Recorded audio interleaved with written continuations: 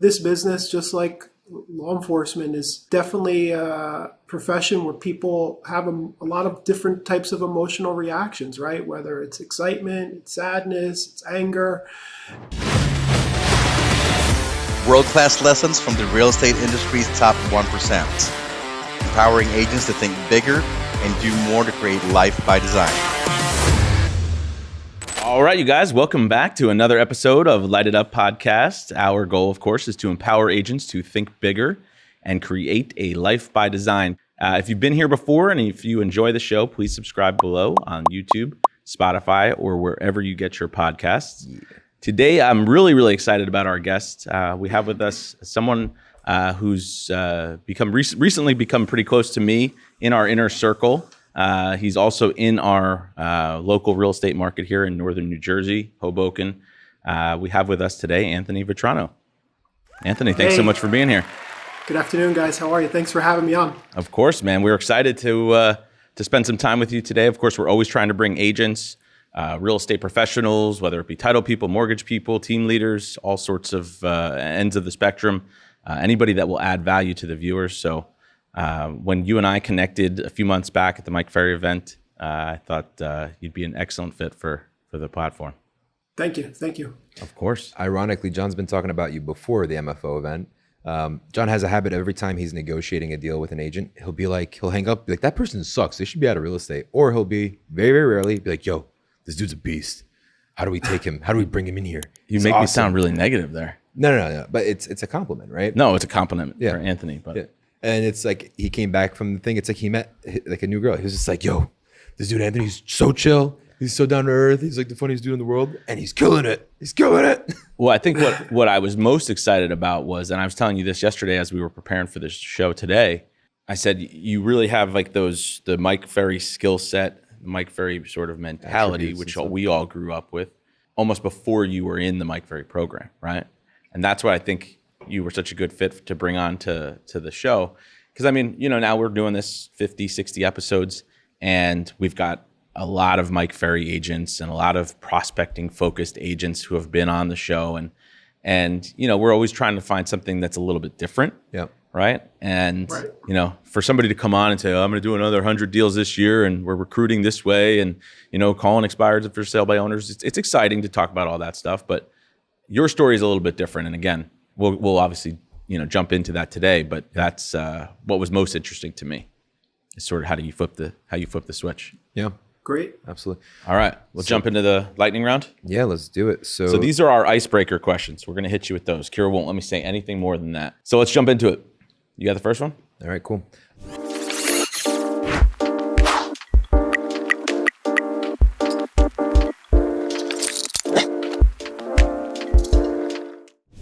So what's your best scar story? Scar story. That's a good one. So I have a pretty nasty scar on my leg, actually. When I was a young cop in Camden, we were doing some drug interdiction work. And, long story short, I wound up in a foot chase, over fences, and got a pretty gnarly scar going over this one fence. But, it's interesting because I look at that scar now and I think back, kind of to that time of my life. And it's a nice reminder. Did you catch the guy? Yeah, that was of course. Yeah. I was right out of the academy. There was nobody getting away. Yeah. There was nobody getting away at that point. Yeah. Was it barbed wire or what? Is that what caught you? No, it was like a brick edge fence. It was like one of those almost like probably 4 foot high fences. And as I was kind of jumping over, I snagged my left leg across the top. So it would left a pretty good gash. Damn. As we were jokingly preparing for this episode yesterday, I was telling Kira, I was like, I'm going to build up because as we're going to get into this now, Anthony, before he was top producing real estate agent, he was a lieutenant, right? You retired as a lieutenant with New Jersey Transit Police. We were going to make up this insane story about how you were rescuing children from burning buildings and high speed like gunfire, police chases, and all that crazy stuff. So. But, decided not to. Yeah, we'll just be honest. It's fine. All right. Anthony, who are you grateful to and why? I would say probably the biggest person is my wife. She's been a great supporter of mine. And, she's really given me the encouragement to kind of go out there and pursue my dreams and to think bigger. And, she's also a wonderful mother to our 8-month-old son, Joseph. So, just watching her, as a full-time working mom, also as a, first-time mother, it's really been very inspiring in the way she handles it with such grace and such class. Awesome. So I would say I'm definitely grateful to her. Awesome. You have another one, or am I going? I do. You want to ask yours and I'll ask mine? Go ahead. What one accomplishment are you most proud of? I think I'd have to say I'm most proud of being a father, a young father.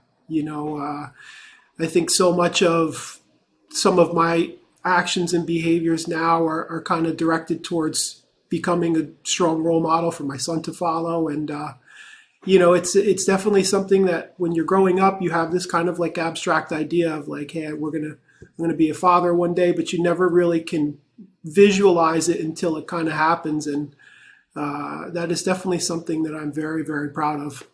Awesome. All right. What's one person or two people, however you want to name, that if you could spend the whole day with, dead or alive, who would it be and why? That's a good one. I'm a big Yankees fan, so I would say probably Derek Jeter would be one of them, just because, he's the guy. When I was growing up watching the Yankees win World Series, he was like the leader, the captain. And so I've always admired his leadership and, the way that he was able to navigate a relatively difficult media market, with ease. So I would definitely love to sit down and have lunch with him. And then I would say probably the other one would be my father. He passed away last year, and Sorry for your loss. Thank you. And it'd be nice to have one more day. Damn. Awesome, man. So let's jump right into it. It's hard to jump into it after that. Yeah. That was deep. No, but very respectable. It's interesting when we talk about your career, and you've been in the business for 3 years. Right. And the accomplishments that agents have in 3 years, you're like the one of 1%, essentially what you've been able to do. And not saying it in a bragging way, but there's so many things that handicap an agent to excel. They can learn what to do. They can have the activities, everything lined up. They can have a great schedule. But if they don't have a mindset of a winner or a champion, then all of it goes to nothing. Yep. Right? Yeah. Can you just walk us through a little bit of your story from how you transitioned from being a lieutenant at the NJ Transit Police into getting into real estate? Yeah.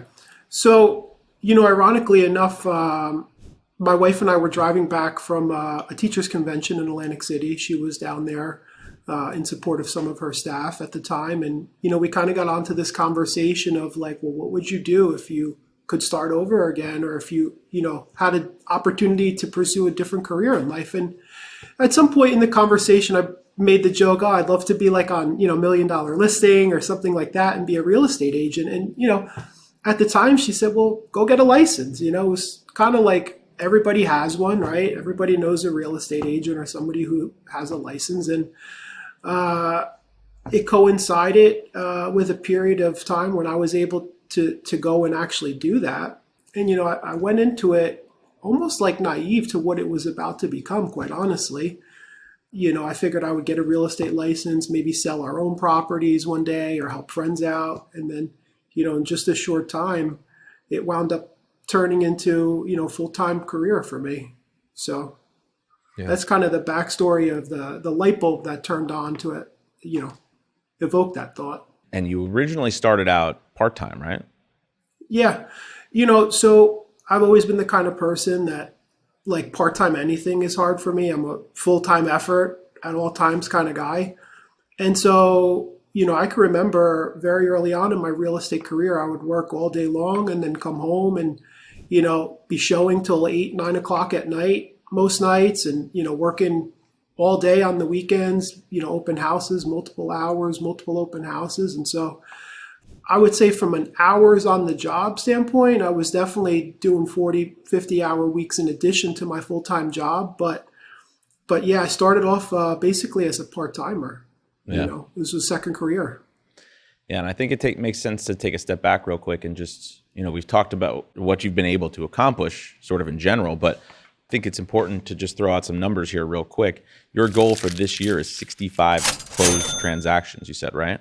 Sale Correct. transactions, right? I know a lot of times in our market, people do a lot of rentals. That's 65 sale transactions, Correct. right? Yep. Year 3 in the business. Last year you closed, I know you got the Platinum Circle of Excellence Award, so that means you did over $20 million in sales volume, again, in second full year. So, I mean, these are some really, really big numbers. I think when I ran into you at the Mike Ferry event, you and I had spoken on the phone a couple times just through negotiations on transactions, and I always thought you presented yourself in a great light. And I think when we were in the middle of a negotiation, I was like, who is this guy? Like, I mean, he sounds like he's been doing this for years. Mm-hmm. So I was excited to meet you at the Mike Ferry event in person and sort of put a face to the name. And then when you and I started talking, you were talking about doing some big deals this year and big production. I got excited for you. And I remember saying something to you like, well, I was just shocked because so many people who transfer into this business from another business are sort of looking for freedom, or I want to make myself like my own boss, or I want more time off. And you said something to me that I won't forget in the back of the room at that conference was, you were like, John, as a cop or as a lieutenant, I would get up every day, I'd put on my uniform and I'd go work a full day. Now I do the same thing, right? Yep. Like I get up every day, I dress professionally, and I go put in the hours that are needed to get the job done. And it just sort of like a light bulb went on for me. I'm like, I wish so many more people treated this role as a real estate agent or a real estate professional the same way. But unfortunately, a lot of people do get into this business either as like a side hustle, or that seems to be the term of choice these days, or just to be able to be their own boss or make their own schedule. And you were like, no, I'm going to keep doing what I'm doing, keep that sort of schedule, put in the time, put in the effort. Talk to us a little bit more about that. Like, was that something that you always, had in your blood, or, where does that work ethic come from? I think there's a component of it that is kind of a natural trait, but it's definitely not something that is a habit or is the type of thing that you don't refine and continue to build on through a lifetime of those kind of efforts. I think it's really one of the things where, it's like the expression consistent effort trumps effort every time. And, a lot of it is consistency and understanding what my expectations to myself are, right? Like, hey, I'm my own boss. And, a lot of people want to be their own boss for the freedom of being their own boss. But, if you're going to be your own boss, then you better be a tough boss and hold yourself accountable to the things that you need to do as a business owner and as an agent and as somebody who is solely responsible for your own success. So, I'm in many ways my hardest critic. Sometimes, I'll put in an honest day's work and then it'll be, 9:30, 10 o'clock at night and I'm still kind of working away. And, that's the mentality, right? It's like the workday is over when the work is finished, not at a certain time. And that was kind of the approach I had even on the police force. It was the kind of job where, like, if your shift had ended and you were in the middle of something, well, you were working until the job was done. And I think that was a really great skill that I kind of built and continued to refine in that profession. And it's translated to success in real estate. Yeah. Are you guys familiar with the 5 levels of commitment? Yeah. Yep. So it's interesting. Your personality style, it seems like you could be level 5 when you have that passion, and to be a lieutenant at such a young age, right? Question, did you retire out of need, or did you just retire because you were like, did you have the option to retire, or were you forced to retire? No, I had to retire. So my career kind of came to an abrupt end. Actually, while I was a sergeant, I was involved in a violent struggle with a person that we were attempting to arrest. And I wound up sustaining a pretty significant injury to my gun hand at the time. And, I tried for a couple of years to come back and to get back to full duty because, law enforcement was always my passion. That was the job that I envisioned doing as a child growing up. And so it was a career that I wanted to get back to. But unfortunately, my body, had other plans, and it never really recuperated and healed to the point where it needed to be for me to be able to go out on the street and do my job the way I did before. So how does that work? Do they ask you to retire when you hurt your gun hand? Is that a stupid question, or they sort of ask you to politely step down or take an office role? Well, so I was in an administrative position actually when I retired. I was doing the initial law enforcement accreditation for the police department, which was a pretty significant job. It was like a complete policy overhaul. We had to put a bunch of new procedures in place and kind of change the way we did business with certain things. But that project was kind of nearing completion, and the hand had not really healed any better. And so at that time, I made the decision that it was in my best interest, and also in the best interest of the guys that I was responsible to supervise and to work alongside, to step away from the profession, because I knew that if I was in the wrong situation, I might not be able to help them or myself, and that was something that was important for me to go out there every day. Yeah. And at that time, you already had your license, real estate license, part-time? Yeah. I had it part-time. So in the back of your head, were you thinking, shit, if I really ramp up my real estate business, I can make up for all of this lost income that I may lose if I am not a lieutenant? Pretty much, yeah. Full-time. And, I had been doing it part-time, and I realized that it was something that I enjoyed. It's nice to help people when they're looking to sell a home or buy a home or move on to a new chapter in their lives. And so, I did find a lot of enjoyment, much the same way I did with like helping people as a cop. Yeah. So. And was your wife working full-time when you decided to transition into real estate? Yeah. She was working full-time as a principal, actually. So she was a principal all throughout COVID. And gotcha. Yeah. But even with your wife working, your back is up against the wall, right? You decide to make that switch. Oh yeah, of course. It's like, all right, well, it's sort of like what I was saying before. A lot of people get into this and they're like, oh, I could sell a couple houses, on the side, just like I could drive Uber or something. And, if somebody can do it on TV and make $10,000 just by showing 3 or 4 homes, then I'd love to do that. But your story's different, where it's like, hey, I know I'm pretty damn good at this part-time, but still when your back is up against the wall, flipping the switch and going into it full-time, it's a big jump. Yeah. Well, the one thing when you think about the levels of commitment, you had unwavering commitment for law enforcement.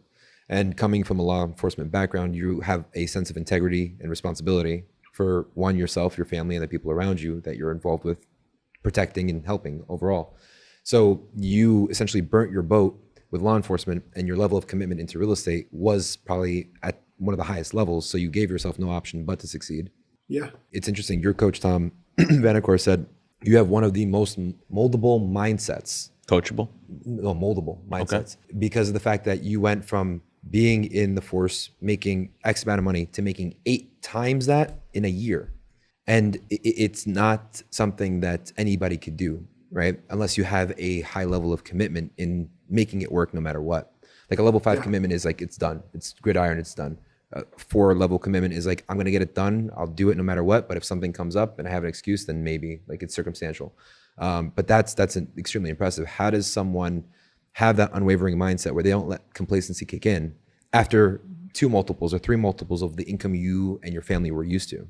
Well, I think a lot of my efforts are motivated not as much by income, but more from a relentless pursuit of perfection. Like, if that makes sense. Like, I'm the type of person where like good is not good enough, right? And so even if I develop a system, right, for my business, and it's operating as intended and it's operating correctly, like I'm still constantly trying to refine it and tinker it with it and see if there's another evolution that can kind of make it better. And I think that kind of pursuit really was the thing that continues to keep me motivated, right? Like, I'm never been one to rest on my laurels and kind of say, okay, like I'm good enough right now. That's fine. I'm going to take my foot off the gas. I think, it's kind of one of those things where there's one speed and it's go.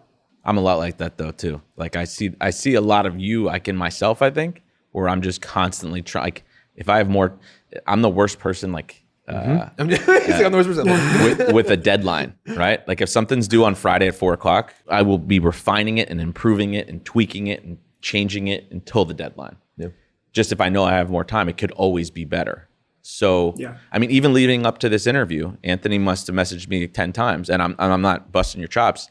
He's like, what are we going to be talking about? Give me some warm-ups. Give me some sample questions. Let's review it. Let's go through it. Let's talk. Like, and again, I'm not busting your chops. I actually appreciate that. You would be the same exact way. But I'm the same exact way. Because when I'm like going on a call or anything, I'm like, hey, I want to be prepared. I don't want to look like an idiot. I want to show up, know what we're talking about. Are we talking about family, or are we talking about real estate? Are we talking about being a cop, or are we talking about how many homes did we sell last year? Give me some sort of preparation. So I'm with you on that. Yeah, and I think that's a skill set that I acquired from my career in law enforcement too. So much of that career is being prepared. Yeah. As a New Jersey Transit police officer, we were afforded the opportunity for significant training. And that was always at the forefront of my mind. Like, hey, if you're at work, you need to be prepared. And I think that that's also one of those things where, whether it's going on a showing or going on an interview, it's just always being prepared for what you're about to encounter. And thinking through the situation. Hey, what are the questions I might be asked, or what are the things that I might need to answer for? So preparation, I think, is also a big part of my recipe for success as well. Yeah. Well, you show up unprepared for a listing appointment, you don't get the listing. You show up unprepared as a cop, you could have other consequences. Yeah, that's a good point. So there's no option really in the former business. And you're with Weicker in downtown Jersey City. We're in Hoboken. Yeah. Oh, sorry, Hoboken. My bad. I was the one in Jersey City when I first started. But the one thing that's especially about those bigger brokerages is that when you are working in them, you see a lot of agents in the office, and you see a lot of different personalities, a lot of different kinds of people's ambitions, visions, and all that mix. I'm just curious, what were some of the things that were easy for you to do that you saw other people struggle in regards to like work ethic, whether it was time management, whatever the case may be, that you were like, if that person just had that, they'd probably be successful? Because I think that would tell us what was the training that made the biggest difference in your transition as well. Yeah, I mean, I think that the hard work part is definitely a major component of it, right? And not only just like showing up to work, but being willing and able to actually do the work, and being in the office and being present and actually working while you're there instead of being distracted. Yeah, I mean, it's tough because everybody wants to be social. I think all real estate agents are persons on some level. Otherwise, they wouldn't be attracted to this career. But to me, it was like, if I'm going to put in a 10-hour workday, then I want to be working for 9 out of those 10 hours, right? Like, that's a big part of it, I think. Yeah. So efficiency was important in comparison to what you saw around. What other traits did you see that were limited in the environment or limited in the environment of agents that you see? Well, I also think, having a growth mindset is a big thing, right? I mean, we talked a little bit in the beginning of the podcast about the importance of mindset and things like that. But to kind of circle back to something I just said too, it's that constantly looking to improve, right? And so I'm a firm believer that a lot of my success, whether in the police force or in real estate, can directly be tied to people who I, selected as mentors, right? And people who mentored me and kind of showed me the ropes. And, I think that having the type of personality where I wasn't afraid of critical feedback, or I wasn't afraid for someone to say, hey, you're doing something wrong, was something that was important. The one thing that's also in, there's a movie called The Pursuit of Happiness. You guys both watched it? Yeah. Years ago, yeah. And this also kind of ties in Price Pratchett's book, U Squared. So in The Pursuit of Happiness, when Will Smith is like, trying to figure out ways to up his effectiveness and his competition, people around him, so he wouldn't drink as much water, so he doesn't pee as much, so he can make more calls, right? Everybody that was around him that were starting from the bottom of the leads that they'd give them, like the people that were like blue collar, right? He was like, screw this, I'm just gonna start from the top. And he went for the richest CEO, and then he got a meeting, and then he was in there, whatever the case is, presented right in front of one of the wealthier people. I'm just speaking, I'm projecting my issue onto you. When I first started, my biggest fear was, well, these people who own multi-million-dollar places aren't going to want to talk to me. Like, I should probably talk to the guys who own like $150,000 houses in like the hood, or, 300, 400. If I got a $500,000 listing, I'll be jumping up for it. But you did a really good job for like building a niche and starting from the top and attacking it with such confidence and adding so much value to those clients that they now are like in your sphere, in your database. How did you get to that point? Well, I think it's a combination of things, but really just kind of understanding people, being able to kind of communicate well. I often think back to a story as like one of the first brownstones in Hoboken that I ever sold. And, the lead came from a paid lead source, right? It was a Zillow call connected to this young couple. And they're like, hey, we want to come see this home. And, I knew my market at the time, so I knew the place was vacant. So I said, all right, come on, sure. Come in, I'll show you today. And so they came across the river and, eventually wound up buying this home. And, at one point the husband remarked to me like, well, how did you know we were serious, right? Like we're just two young kids looking at this super expensive $3 million home. And, I said like, how did I know you're not, and it was kind of one of those things where, listen, I think I've developed a good way of kind of judging personalities from my former profession, but, I've always been somebody who at face value, you have to believe in people, right? Like if they're kind of looking for these things and these types of homes, why not show them?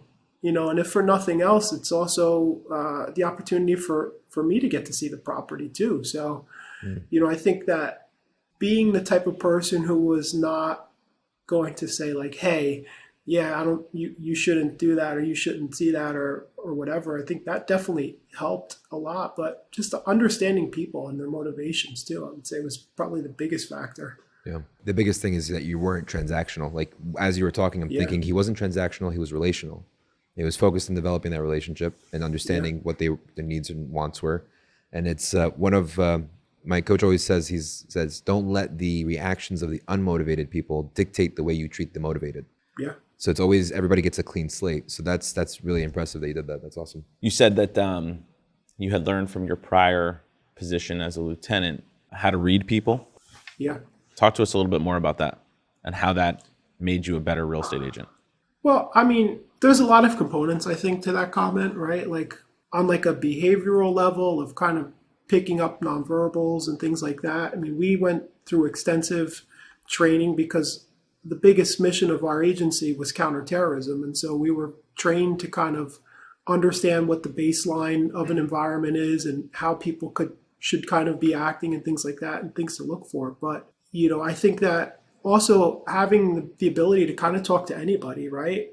Most times as a police officer, you're dealing with people in supercharged emotional environments, right? Stressful situations. And so you have to learn really quick how to empathize with people and how to connect with them. And I think that those are two really big traits that successful agents likely have developed. You have to listen, people are buying the agent just as much as they're buying the property. Mm-hmm. And so when they connect with you on a deeper level, and like you said, Kiro, about being relational versus transactional, like that shines through.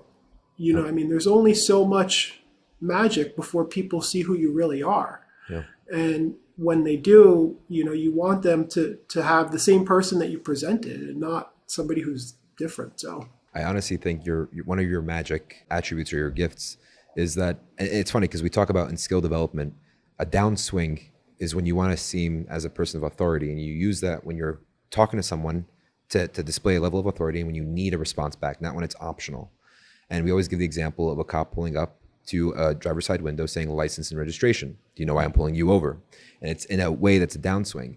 When you when you're, just to give people some more familiarity, like when you're going through like the expired script, right? Mm-hmm. A lot of people, what's the first line? Hi, I'm looking for the owner. And hi, I'm looking for Anthony. And they have an upswing because they're new to the script and they don't have the confidence with the script. John does a really good job of when somebody says, oh yeah, we're interviewing this person. He's like, you're interviewing that person? Upswing instills insecurity without him saying anything bad about them. Raising doubt. Really? That person? And he gets even higher from there. But with the authority figure of using a downswing, that instills trust in the person and saying, this is the vote of confidence. I know this person knows what they're doing. So having been in a world where you need to be the authority figure to control people's emotions and let them kind of have an equilibrium between emotional and logical, so that way they can think clearly without being charged in either direction, is a gift that takes so much time, and it's such a struggle to use as an agent. So I think that's super powerful. And I think just his even keel. I mean, like, what's funny though is like once you see Anthony as a lieutenant or a cop, you can't unsee it, right? No, I can't see it. as soon as he told me that, I was like, oh shit, man! Like the shaved head, I was like, this guy. Like now, I just see you from across the room, and I'm like, like I'm almost a little nervous because I'm like, I gotta get my, I gotta be on my best behavior because there's a cop on it. But I think that's probably one of your superpowers, and you may not even know it yet, is there's so much emotion in this business that the average agent who comes into this with no authority, no, prior experience negotiating with people and problem solving with people like a lot of great police officers have, they bring even more emotion to an already stressful process of buying a home. I can imagine that one of your superpowers, and I already know that it is, in the negotiation process, is that you are just the sort of the calming force, right? As Mike Ferry always says, right? You make a what can be very, very stressful environment of delivering somebody bad news that they didn't get their offer accepted, or even good news that they did get their offer accepted, but there are still, some contingencies that we have to get through. You keep the process calm, right? Yeah. I mean, this business, just like law enforcement, is definitely a profession where people have a lot of different types of emotional reactions, right? Whether it's excitement, it's sadness, it's anger. And so, being able to effectively communicate with them and remove emotion from the equation is something that I definitely think, not only just in negotiations, but in, helping people quantify value in the types of homes they're looking at or the neighborhoods they're looking at. It's something that's invaluable. Yeah, absolutely. We were asked quite recently, actually, what's like the responsibility of an agent when it's like to get rid of conflict, to get rid of like disputes, or in negotiation as well. We were talking about the agents act like a buffer to remove any of the emotion that might cause them not to think clearly and be able to move forward with what they want. The example we gave is when someone does a final walkthrough, and you always get that once in a while situation where the buyer asks for a crazy ass credit that makes no logical sense. And the seller, based off of principles, like, I'd rather this die and not work out. I didn't notice there was a big crack in the floor when there was a couch here, but now that the couch is gone. Well, not like in that situation. Well, But then you could be as emotionally charged as they are and be like, yeah, this is effed up. Your clients are shady, or whatever the case it is. Or you could be like John said, the calming force and be like, you know what, Mr. Seller, this makes perfect sense. I agree. We should totally cancel it based off of principle. However, what's the other option? Go back on the market for 30 days, pay 2 more mortgage payments, maybe a 3rd mortgage payment. And in total, you'll probably end up paying $15,000. My job as your professional real estate agent or your agent is to protect your equity and the value of the property. Which one makes more sense? Biting the bullet, paying $5,000 now, or losing another additional $10,000 just to feel happy about it? No, you're absolutely right. Takes forever. And it personally took me like 5 or 6 years to actually understand that concept. That's true. Because you get emotionally charged because of the amount of money involved. But when you don't think about the money, you think about the people. That's when it shifts as well. Well, I remember early on when I was trying to reach an agent to submit an offer, right? And I'm representing the buyer. I'm calling that agent. I'm leaving voicemails. They're not answering. I'm texting them. They're not answering. And what I used to do early on in the business was convey that frustration to my buyer. Yeah. Oh, this is a shitty agent. I don't understand. Why is he not calling me back? Why is he not answering? I don't understand. I'm doing my job. I'm reaching out to them. And I'm getting them all riled up, the buyer, for no reason whatsoever, right? When in reality, I have to be the buffer, like you said, and just say, listen, I'm trying to reach them. Maybe they're out of town. Maybe I'm going to reach out to their broker. I'm going to reach out to their business partner. I'm going to reach out to somebody, but don't worry, I'm going to take care of it.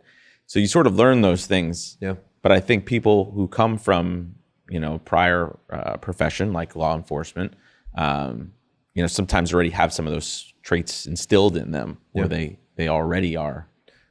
Well, like I was learning on the job, I guess.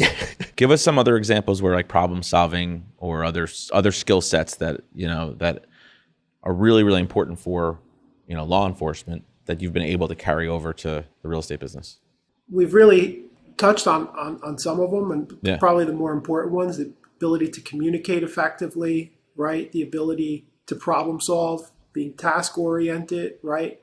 I think having a certain level of discipline too, right? I mean, all the motivation in the world is great, but if you don't have the discipline to actually go out and execute, that's a super important trait, Talk to us about like sense of community, because I know you're like, another thing that impressed me a lot about you is like when I first got started, I was just calling expireds and FSBOs. I was driving anywhere in 40-minute direction. I feel like you are specifically going after, higher end condos, downtown Jersey City, Hoboken, of course, some townhouses and stuff. but you really are specific about what you're looking for. Talk to us about, how you're getting more involved in the community, how you have a really like good understanding of what people in Jersey City and Hoboken are looking for. Before Anthony answers that, I just want to preface this. If you're not watching this, so John and I are actually really impressed by Anthony's like being able to do this. Anthony's just chilling there, just like, this is normal shit, dude. I don't know what you're going crazy about. But these are skill sets that took years to develop that it almost seems like you were just like, yeah, this is how it is normally. But yeah, it's in terms of, getting into a niche marketplace and developing that and not jumping in circles. How did you do that?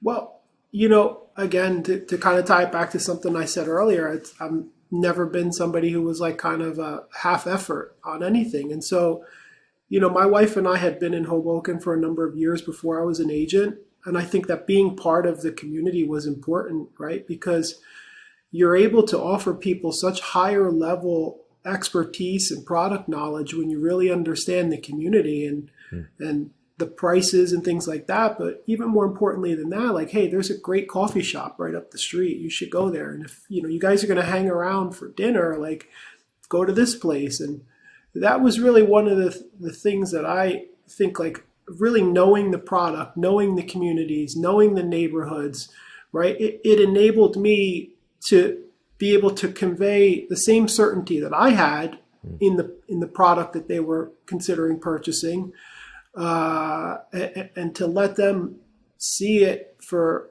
all of the different facets of why it would be a good or a bad idea. And so I've always kind of prided myself on having that like high level knowledge. I had a mentor very early on in the business who was meticulous about the way he could articulate facts and things about buildings and convey knowledge to people, because you really only have a short window of time, right? Like if you meet somebody at an open house, you might only have 5 minutes with them. And so to be able to understand that kind of stuff, I think was something that helped me be successful. But, I think community aspect of it just is also kind of like a sense of purpose. Recently had the opportunity to become a trustee on the board at the Hoboken Historical Museum. And, Nice. That was an experience that was kind of really born out of a conversation that we had at our pool this summer. I was talking to somebody, and the museum is just a couple doors down from where we're at Maxwell. And I mentioned, yeah, you could go to the museum and check it out. And the person had said, like, yeah, where's the museum at? And it was kind of one of those experiences where I said to myself, like, you walk by this place probably 100 times a week, and you don't even know it's there. But it's so important to preserving the history and the culture of such a like storied city like Hoboken that like more people should know about this. And so, that was one of the organizations that I kind of took a more active leadership role in recently. But, I believe in what I'm selling. I believe in the communities where I work. And I think that that's really important. It's, again, going back to what you said about being relationship focused and not transaction focused. Yeah. So question, and this is like where agents struggle the most. And I'm just curious to know how you handle it and where you learned how to handle it. Multiple offer situations. A lot of times in multiple offer situations, that's when the communication within like a buyer and the client start to shake a little bit, right? Where they're just like, oh, they just want me to pay more or whatever case reason. How do you handle those multiple offer situations, and what would you advise a newer agent to do so in moving forward? Well, I think as a newer agent, it was a situation that, to me, because of the uncertainty of it, was a little bit scary, right? Like you don't know, and you're kind of bidding blindly. And so you want to make sure you get it right in terms of pricing for people. But now it's a situation where I kind of lean into it and convey the idea to a buyer. Hey, listen, it's good that there's multiple offers on this property, because that means more than one person would like to buy it. And that should reaffirm your decision to purchase this specific home. That, the demand is at a level where there's multiple people who are looking to do the same thing you are. And so I think that is one component of it, but also, being relationship based also in this industry, right? Like, I think one of the other things that has helped me be successful is like networking with other agents, right? Whether it's through the Mike Ferry organization or through transactions or through local real estate organizations. It's really something where you can put a face to the name. I think it goes a long way when when you're kind of in that situation. No, that's powerful. And in terms of how you would communicate with the client, so you're leaning into the fact that there's multiple levels of interest, and that's a good sign that they're buying a property that's a hot commodity. How do you instill the trust that they should be increasing blindly? Well, and you guys know this, in our market, it's often difficult because sometimes the comparable sales haven't caught up to where the market is, right? There's almost like a lag at times. And it's like something we saw recently. And so sometimes there's not data points to support the prices. You obviously want to be sure that you nail it on the head, but sometimes the home's only worth what another buyer is willing to pay. And if somebody's willing to pay more than my buyer, well, then they're not going to get the home. So kind of being able to convey that and to also kind of start to remove the emotion out of that situation too and say, okay, like this is what the data tells us, but let's also evaluate this from what is your opportunity to purchase a home that you'll like more than this perspective. So Right. It's a powerful thing to be able to kind of convey that to people. Yeah. Based on just third-party perspective, I think that you do a really good job of, and we always teach agents, it's never really about looking at the numbers and being like, this is what the comp sold because it's always up trending or whatever the case may be. It's always about instilling the confidence in the other agent that you're the best option to get to the closing table no matter what. Yeah. And I think that's what you do a really good job in, is by coming from a place of confidence and authority and being able to present yourself to the other agent and, ask every single question, not assume anything, make sure that you're going through it with a fine-tooth comb, and then you're able to deliver the information back to the client in a way where you're able to deliver an acceptable offer based off of the fact that the agent knows you'll probably get the job done more than anybody else that's competing. It's powerful. I think one of the things we used to always say was, and I still say it when we're talking to a buyer about how to make their offer, right? Like in a highest and best situation, I would always tell people, and you sort of touched on it as well. It's sort of 75% based on the comparables and 25% based on how bad you don't want to go back out and look at homes next weekend. Yeah. Or how bad, if your wife's going to make you sleep on the couch tonight because if you don't, get this place, then you have to stay with your current home. Yeah. Right. So it's sometimes 75% of the reason based on the comps and 25% of it's based on, how bad you don't want to lose it. Yeah. It's interesting. And we're still going through highest and best situations these days, even with this recession. Yeah. Yeah. Anthony, tell us something that's in the last 3 years, the craziest story in terms of what you experienced in real estate that you were not expecting whatsoever that blew you away. Well, I think the craziest story, right, is my story, right? I mean, I don't think when you say, okay, I want to be like one of these guys on Bravo on $1 Million Listing, like, yeah, you think it and you conceptualize it, but you don't actually understand it until it kind of happens, much like, being a father, right? Yeah. It's just kind of to tie it back to that commentary, but that's been, a surprise to me, about how just hard work and dedication and staying on track and staying focused can translate to such success here. I think from like a transactional perspective, having deals that I thought were definitely dead in the water, to being able to kind of revive them and, whether it was removing emotion from the situation and from the negotiation and letting cooler heads kind of prevail. I think there's some interesting scenarios there and interesting stories of just, never giving up, always being kind of really tenacious. And so I can't think of one specific instance like right off the top of my head, but I think that there's definitely several transactions that as I reflect back on them, it's like, wow, I can't believe we got to the closing table on that one. Yeah. So. Yeah. Well, you get out of the law enforcement business, you think it's your last stint with criminals, but then you realize that it doesn't take much to get a real estate license. I'm not gonna lie, as I was asking that question and Anthony was talking, I kept thinking about my first transaction, and I messaged my client. This was really just a gateway for him to tell his story. Absolutely. No, it wasn't. but it ties in a weird way because I messaged my client the other day about it too. And I was just like, remember this? And there was a meme of like people like looking at a house and they hear gunshots and they start running. And then we were out looking at places for him to buy. And In what neighborhood? in Greenville. Yeah. And all of a sudden we were right next to like the Arlington like light rail stop. All you hear is bang, bang, bang, bang. We both duck in my car and he looks up. He's like, get the fuck out of here. So like, I drove off. We never went back to that part of Greenville. Middle of the day? This was like 6 o'clock. Wow. But it was darker at that time. But How close do you think the gunfire was? we saw people running up the hill right after we heard the gunshots. Wow. So I look at him, he looks at me, he's like, "Get the F out of here." I'm like, "I told you this neighborhood wasn't the best." Do you want to make an offer? We never saw the house or anything like that, but that was my first experience ever with the fire. But oh man, that's awesome, man.